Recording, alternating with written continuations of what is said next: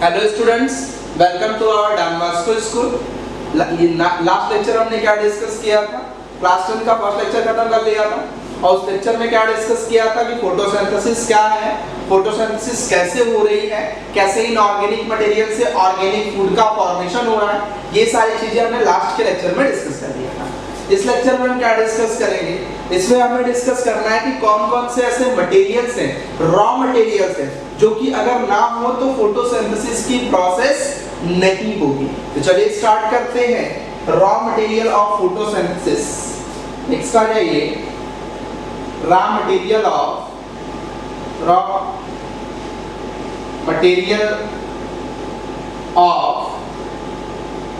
Photosynthesis. तो कौन कौन से रॉ मटेरियल है फोटोसिंथेसिस के लिए? पहला रॉ मटेरियल होता है, there are 4 raw materials of the photosynthesis. कितने रॉ मटेरियल हैं? 4 raw materials for photosynthesis. 4 raw material है। कौन कौन से रॉ मटेरियल्स हैं? फर्स्ट रॉ मटेरियल है दैट इज, पहला रॉ मटेरियल कौन सा है? That is first raw material that is carbon dioxide. Second क्या है? That is water molecule H2O, आप इसे वाटर लिख सकते हो। और ये क्या है? That is carbon dioxide. तो CO2 carbon dioxide, water molecule H2O। तीसरा क्या है? सनलाइट,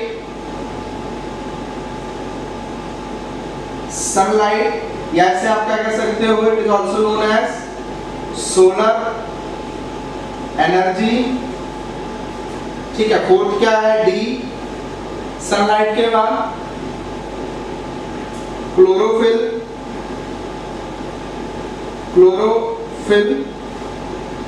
ठीक है। ये कौन है? 4 रॉ मटेरियल्स हैं जो कि फोटोसिंथेसिस में इन्वॉल्व होते हैं। पहला आपका है कार्बन डाइऑक्साइड, दूसरा वाटर मॉलिक्यूल, तीसरा सनलाइट और चौथा क्लोरोफिल।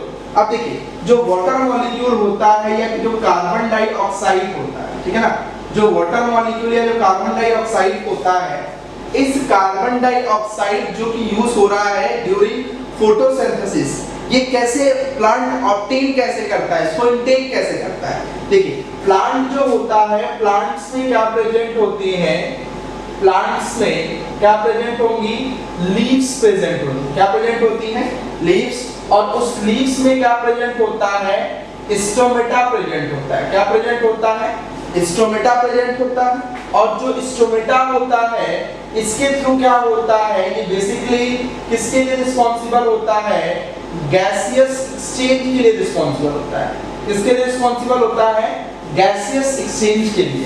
तो जो प्लांट है, इस प्लांट में क्या प्रेजेंट होती हैं? लीव्स। लीव्स में क्या होता है? स्टोमेटा। और स्टोमेटा किस में इन्वॉल्व होता है? गैसियस एक्सचेंज में इन्वॉल्व होता है। किसमें इन्वॉल्व होता है? गैसेस के एक्सचेंज में इन्वॉल्व होता है। मतलब कार्बन डाइऑक्साइड का इनटेक होता है और CO2 क्या हो रहा है, सॉरी, कार्बन डाइऑक्साइड का इनटेक हो रहा होता है और ऑक्सीजन क्या हो रहा होता है? रिलीज हो रहा होता है। तो वही क्या हुआ? गैसेस का एक्सचेंज कौन कर रहा है? स्टोमेटा कर रहा है। ठीक है। इस तरह प्लांट ने क्या किया? कार्बन डाइऑक्साइड को एटमॉस्फेयर से, ठीक है, कार्बन गैस एक्सचेंज मतलब क्या? गैस एक्सचेंज मतलब यहाँ कि कार्बन डाइऑक्साइड को एटमॉस्फेयर से प्लांट ने स्टोमेटा के हेल्प से क्या कर लिया? ऑब्टेन कर लिया। बात समझ में आई? दूसरी चीज, वाटर मॉलिक्यूल। वाटर को एब्जॉर्ब कौन करता है? प्लांट में रूट प्रेजेंट होता है। क्या प्रेजेंट होता है? रूट। रूट में क्या होता है? थ्रेड लाइक स्ट्रक्चर्स होती हैं, जिसे हम क्या कहते हैं? रूट हेयर कहते हैं। क्या कहते हैं? रूट हेयर, जिसके थ्रू प्लांट क्या करते हैं? वाटर को एब्जॉर्ब करते हैं। क्या करते हैं? वाटर को एब्जॉर्ब करते हैं। उसे क्या कहते हैं? रूट हेयर्स कहते हैं। ठीक है। तो जो वाटर है, इस वाटर को एब्जॉर्ब किसके हेल्प से प्लांट कर रहा है? वाटर को कैसे टेक कर रहा है? वाटर को रूट के थ्रू ले रहा है। क्यों?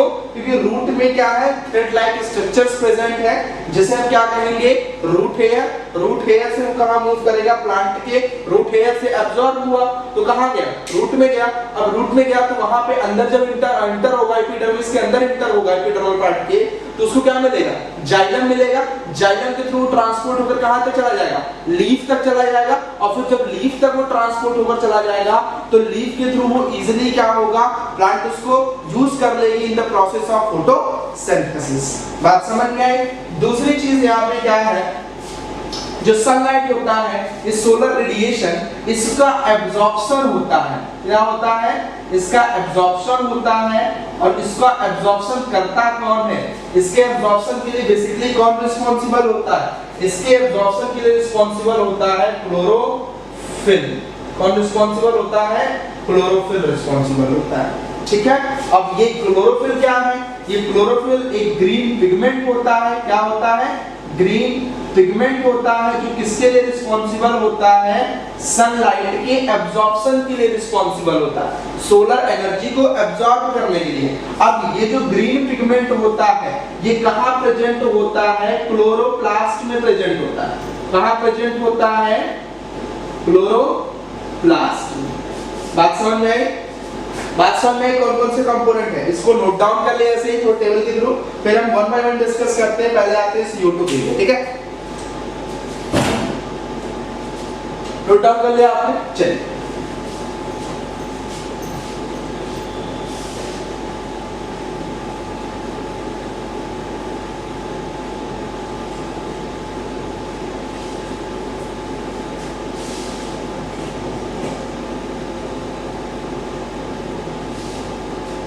नेक्स्ट आ जाइए CO2 और कार्बन डाइऑक्साइड। तो पहला आ जाइए फर्स्ट क्या है, दैट इज कार्बन डाइऑक्साइड। ठीक है।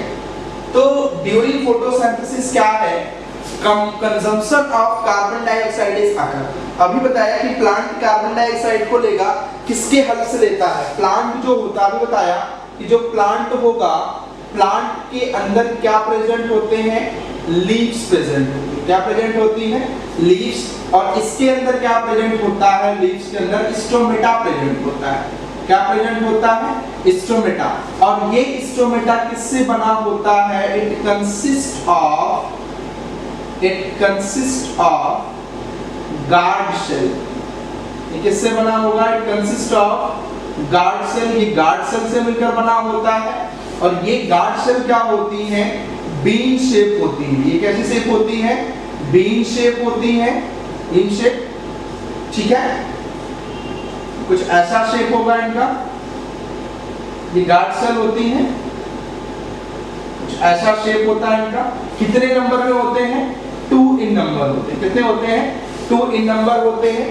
अब यहां पे देखो, मान लीजिए ये क्या है,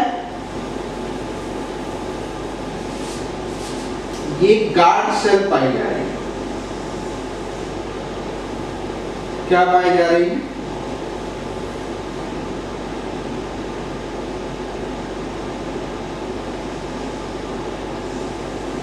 ये गार्ड सेल पाई जा रही है।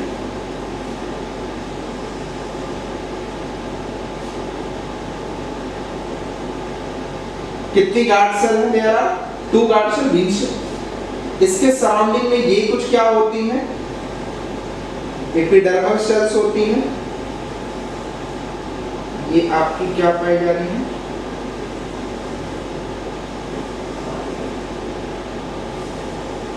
ये एपिडर्मल सेल्स। ठीक है। और ये बीच में क्या है, आपका गार्ड सेल है। इसमें सेंटर वाला पार्ट ये जो होता है, वैक्यूल एग्जिस्ट करता है। और इसके सराउंडिंग में ये क्या एग्जिस्ट कर रहा होता है, न्यूक्लियस। ये न्यूक्लियस एग्जिस्ट करता है, ये न्यूक्लियस।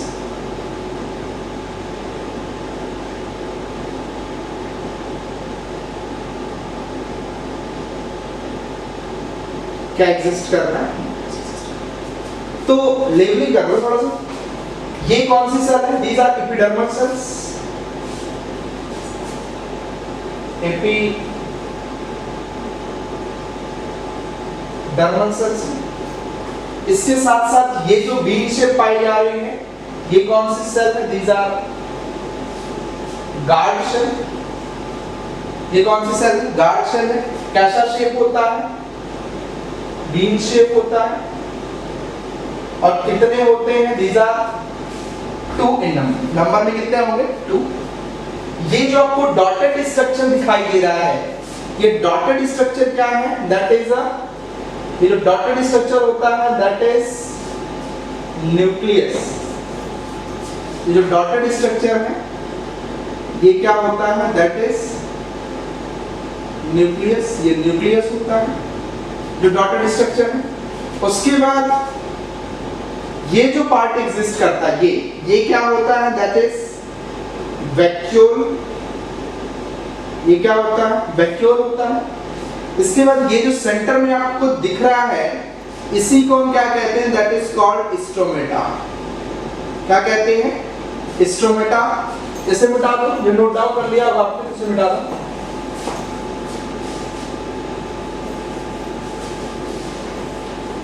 तो ये जो आपको पोर दिख रहा है उस साइड लिखा हूं stromata.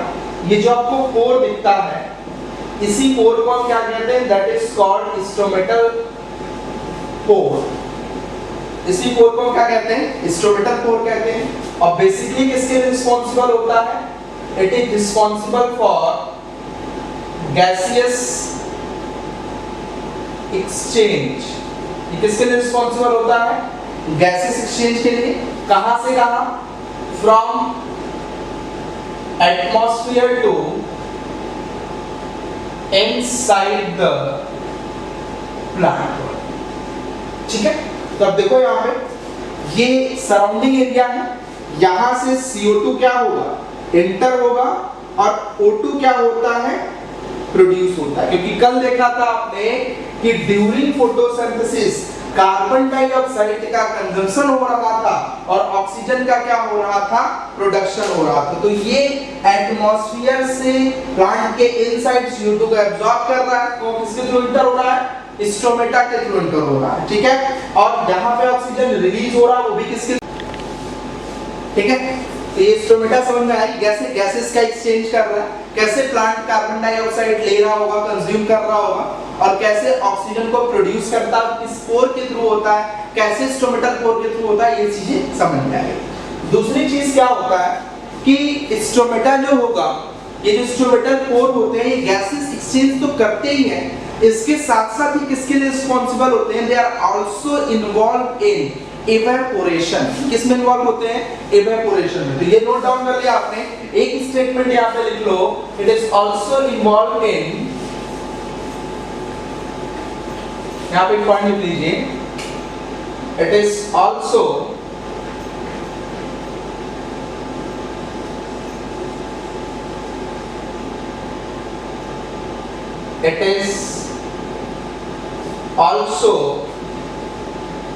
involved in the process of evaporation। ये किसमें इन्वॉल्व होते हैं, इवेपोरेशन। इवेपोरेशन क्या होता है, the process of loss of excess water is called evaporation। The process of loss of excess water, excess water को लॉस करने की प्रोसेस को ही हम क्या कहते हैं, इवेपोरेशन कहते हैं। तो बात समझ में आ गई कि कार्बन डाइऑक्साइड जो स्ट्रोमेटल पोर है वो गैसेस का एक्सचेंज तो करता ही करता है, इसके साथ जो एक्सेस वाटर, आपने याद होगा जो केमिकल इक्वेशन लिखा था लास्ट में 6 मॉलिक्यूल ऑफ क्या क्या मिल रहा था, C6H12O6 ग्लूकोज का मॉलिक्यूल मिला था, as well as 6 molecule of oxygen as well as 6 molecule of H2O मिला था। तो जो 6 molecule of H2O मिला था वो क्या था, एक्सेस वाटर था। तो वो जो एक्सेस वाटर मिला है उसी एक्सेस वाटर की बात की जा रही है, उसी एक्सेस वाटर की लॉस करने की प्रोसेस को हम क्या कहते हैं, इवेपोरेशन। और वो लॉस किसके थ्रू होता है, स्ट्रोमेटल पोर के थ्रू होता है। बात समझ में आई, इसको नोट डाउन कर लीजिए, फिर आगे प्रोसीड करते हैं। स्क्रीनशॉट ले लिया इसका, चलिए आगे प्रोसीड करते हैं।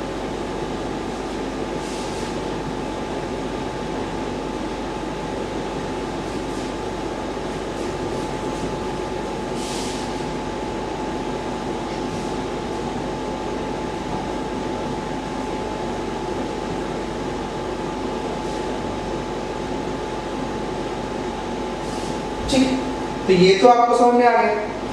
दूसरी चीज क्या होती है, ये तो कार्बन डाइऑक्साइड और ऑक्सीजन केस में हो गया। यहाँ एक पॉइंट ले लीजिएगा कि during photosynthesis consumption of carbon dioxide and production of oxygen is occur.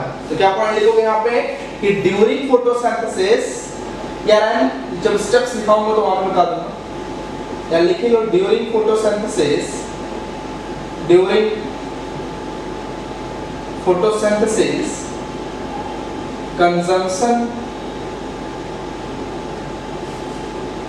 of carbon dioxide and production of oxygen is occur। ठीक है, हमने क्या कहा कि ड्यूरिंग फोटोसिंथेसिस के टाइम पे कंजम्पशन ऑफ कार्बन डाइऑक्साइड क्या होता है, कंज्यूम हो रहा होता है, कंजम्पशन होता है, and production of oxygen is occur, और ऑक्सीजन क्या होता है, प्रोड्यूस हो रहा होता है फोटोसिंथेसिस के टाइम पे। ठीक है, इस स्टेटमेंट को ऐसे लिख लिया नोट करके। दूसरी चीज, जो फोटोसिंथेसिस होती है, इसमें पहला रॉ मटेरियल क्या होगा, कार्बन डाइऑक्साइड। जब फोटोसिंथेसिस हो रही होती है तो उस टाइम पे आपने देखा था कि क्या था, 6 मॉलिक्यूल ऑफ कार्बन डाइऑक्साइड था, 12 मॉलिक्यूल ऑफ H2O था, सनलाइट सोलर एनर्जी और क्लोरोफिल था, और इसी के प्रेजेंस में क्या बन रहा था, C6H12O6 बन रहा था, 6 मॉलिक्यूल ऑफ ऑक्सीजन बन रहा था, एंड 6 मॉलिक्यूल ऑफ H2O बन रहा था। बन रहा था, नहीं बन रहा था, यही तो इक्वेशन का भी डिस्कस किया है। अब इसमें अगर आप ध्यान से देखो तो ये जो कार्बन डाइऑक्साइड है, ये कार्बन डाइऑक्साइड ये किसके थ्रू आ रहा है, स्ट्रोमेटा के थ्रू आ रहा है। किसके थ्रू आ रहा है, स्ट्रोमेटा के थ्रू। ये किसके थ्रू आएगा, रूट हेयर के थ्रू आएगा। किसके थ्रू आएगा, रूट के थ्रू आ रहा होगा, अभी उसको डिटेल करेंगे। अब यहाँ पे ये फूड तो बन गया, ये स्टार्च के फॉर्म में स्टोर भी हो जाएगा। अब देखो यहाँ पे ऑक्सीजन का क्या हो रहा है, प्रोडक्शन हो रहा है, नहीं हो रहा, प्रोडक्शन ऑफ ऑक्सीजन हो रहा है, नहीं हो रहा। तो यहाँ पे ऑक्सीजन का क्या हो रहा है, प्रोडक्शन, और यहाँ पे कार्बन डाइऑक्साइड का क्या हो रहा है, कंज्यूम हो रहा है। कार्बन डाइऑक्साइड क्या हो रहा है, कंज्यूम हो रहा है, और यहाँ पे क्या हो रहा है, प्रोड्यूस हो रहा है। अब दूसरा क्या है, वाटर मॉलिक्यूल। इसी को हम कह रहे थे, यही कौन सा वाटर होगा, एक्सेस वाटर होगा। कैसा वाटर होगा, एक्सेस वाटर होगा, और इसी एक्सेस वाटर का क्या होगा, लीफ में प्रेजेंट स्ट्रोमेटा के थ्रू वाटर लॉस होगा, और उसी प्रोसेस को हम क्या कहते थे, इवेपोरेशन कहते थे। क्या कहते थे, इवेपोरेशन कहते थे। बात समझ आई, कोई डाउट यहाँ तक नहीं। चलो इसमें एक चीज और, ये तो क्या हो गई, तो इक्वेशन में समझ लिया कैसे कैसे चीजें हो रही हैं। इसमें अगर आप देखो तो कल मैंने बताया था कि जो ऑक्सीजन प्रोड्यूस होता है वो वाटर से प्रोड्यूस होता है। ये जो ऑक्सीजन का प्रोडक्शन होगा ये किससे होगा, वाटर से ही हो रहा होगा। और किस प्रोसेस के through, by the process of photolysis. किस प्रोसेस के थ्रू होगा, फोटोलिसिस प्रोसेस के थ्रू हो रहा होगा, ये तो पता है। अब यहाँ पे जो कार्बन आता है, कहां पे आ रहा है, C6H12O6 में आ रहा है कार्बन। तो उस टाइम पे इसका क्या होता है, इस CO2 का क्या हो रहा होता है, रिडक्शन होता है। यहाँ पे कार्बन डाइऑक्साइड का क्या होता है, रिडक्शन होता है। देखिए ध्यान से, यहाँ पे कार्बन डाइऑक्साइड का क्या होगा, हियर रिडक्शन होगा कार्बन डाइऑक्साइड का। यहाँ पे क्या होता है, हियर रिडक्शन हो रहा होगा, रिडक्शन ऑफ CO2।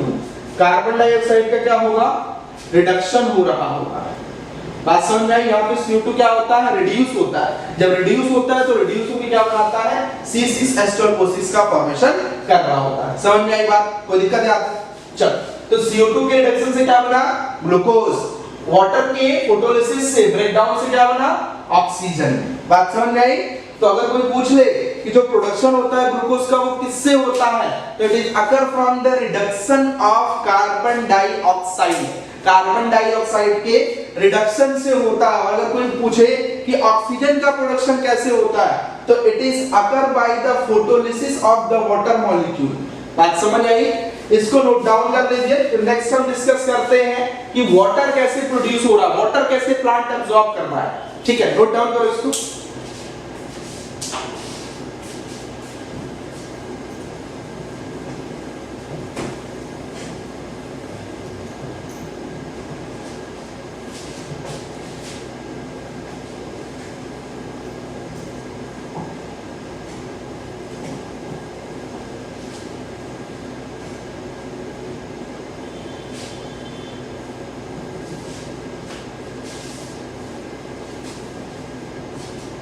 चलिए, ये हो गया आपका। अब नेक्स्ट आ जाइए, CO2 पे तो हो गया आपका।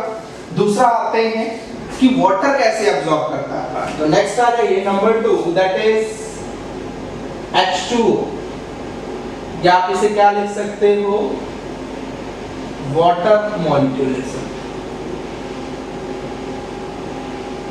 H2O।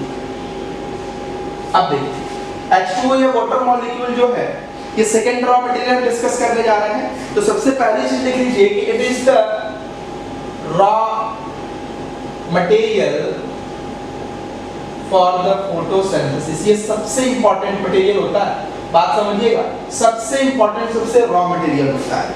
इसको कैसे प्लांट इनटेक करता है, कैसे एब्जॉर्ब करता है। देखो प्लांट में अगर हम बेसिकली बात करें तो जो प्लांट्स होते हैं, इस प्लांट में होता क्या है, रूट होता है। देखो जो प्लांट होगा, इस प्लांट के केस में दो सिस्टम होता है।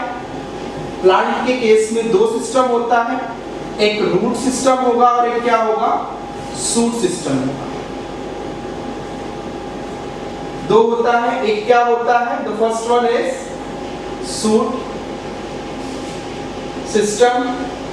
पहला क्या होगा, शूट सिस्टम होता है, और दूसरा क्या होता है, that is root system.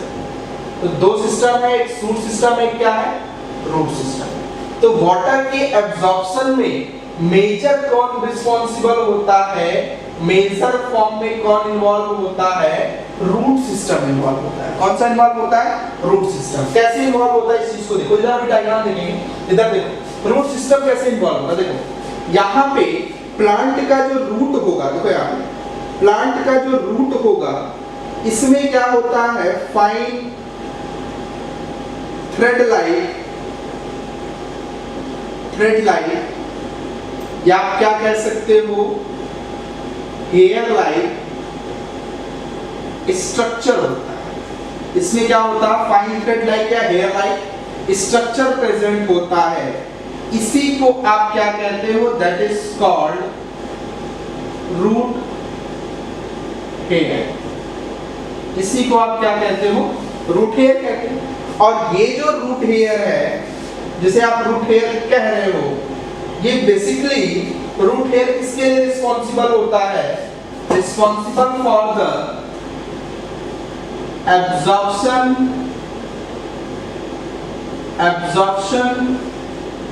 Of the water. ये किसके लिए रिस्पॉन्सिबल होता है, वाटर के एब्जॉर्प्शन के लिए रिस्पॉन्सिबल होता है। वाटर क्या किया जाता है, एब्जॉर्ब करता है, ठीक है, रूट हेयर्स।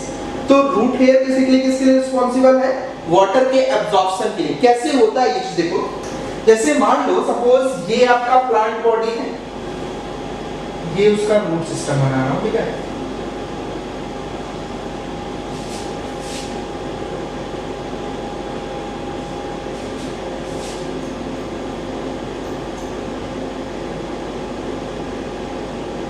ये रूट सिस्टम। अब इसमें क्या होता है, फाइन हेयर लाइक। तो ये जो हेयर लाइक स्ट्रक्चर्स एग्जिस्ट कर रहे थे, इसे हम क्या कह रहे थे, रूट हेयर कह रहे थे। अब देखो यहाँ पे ध्यान से समझो कि अगर ये प्लांट बॉडी है, तो ये मान लो ये रीजन कहाँ एग्जिस्ट कर रहा होगा, मान लो ये ग्राउंड है, ये क्या है, दिस इज अ ग्राउंड, ये ग्राउंड एग्जिस्ट कर रहा है, ये ग्राउंड।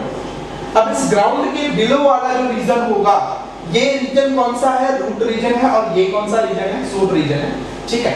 मान लो यहीं से एक ब्रांच कर लो, यहीं से एक ब्रांच कर लो, और यहाँ पे क्या फॉर्म कर लो, लीफ फॉर्म, ठीक है।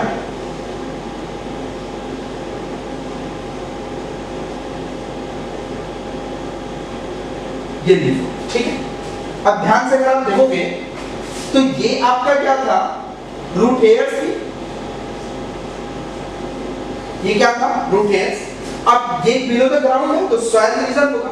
यहाँ पे वाटर के ड्रॉपलेट्स का कंसंट्रेशन हाई है, ये सब H2O है यहाँ पे, वाटर, ये सब H2O, वाटर, सब H2O, वाटर। अब आप देखो प्लांट के बाहर वाटर का कंसंट्रेशन क्या है, हाई, और अंदर कंसंट्रेशन क्या है, लो है। अंदर कंसंट्रेशन क्या है, लो। तो अब आप मुझे बताओ मूवमेंट कहां से कहां होगा, that movement is occur from higher concentration to lower concentration. Movement कहां से कहां होगा, higher concentration to lower concentration. तो वाटर इस रूट से, इस सॉइल से कहां मूव किया, पहले रूट हेयर में गया। रूट हेयर में अब कंसंट्रेशन वाटर का क्या हो गया, ज्यादा हो गया, लेकिन रूट में अभी भी क्या है, कम। तो रूट हेयर से कहां मूव कर गया, रूट में। अब रूट में जब मूव कर गया तो यहीं पर क्या पाया जा रहा होगा, ये मान लो क्या पाया जा रहा है, जाइलम पाया जा रहा है। ये क्या पाया जा रहा है, जाइलम। ये रूट में आया, रूट हेयर से रूट में आया। अब ये क्या पाया जा रहा है, जाइलम। अब ये जो जाइलम वाला रीजन होगा, देखो ध्यान से, इस जाइलम वाले रीजन, यही जाइलम रीजन कहां जा रहा होगा, लीव्स में जा रहा होगा। यही जाइलम में जा रहा होगा, लीफ में। देखो ये ऐसे ही जा रहा होगा। अब वाटर कहां आ गया, देखो वाटर जो था वो सॉइल से रूट हेयर, रूट हेयर से रूट, अब रूट से कहां गया, जाइलम। ये रीजन कौन सा, दैट इज जाइलम। जाइलम में गया। अब फिर जाइलम से कहां चला जाएगा, लीफ में। और जब लीफ में चला जाएगा तो प्लांट को वाटर मिल जाएगा। अब वो इजीली क्या करेगा, फोटोसिंथेसिस की प्रोसेस को प्रोसीड करेगा। बात समझ आई, कोई डाउट यहां तक नहीं ना। तो इस तरह वाटर का मूवमेंट होगा।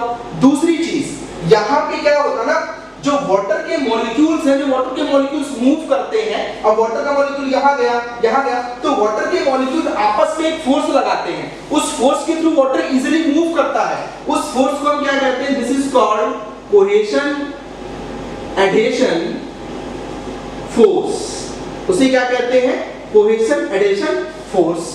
अब जब वाटर मूव होता है तो ये लीफ क्या करना चाहती है, तो अगर लीफ को देखा जाए तो वो कोशिश करेगी कि ज्यादा से ज्यादा वाटर आए।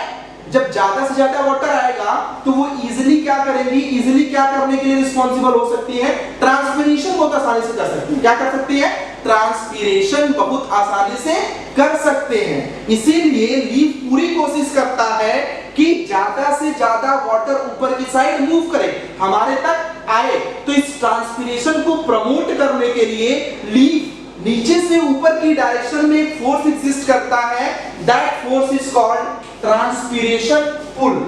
क्या कहते हैं, that force are called transpiration pull.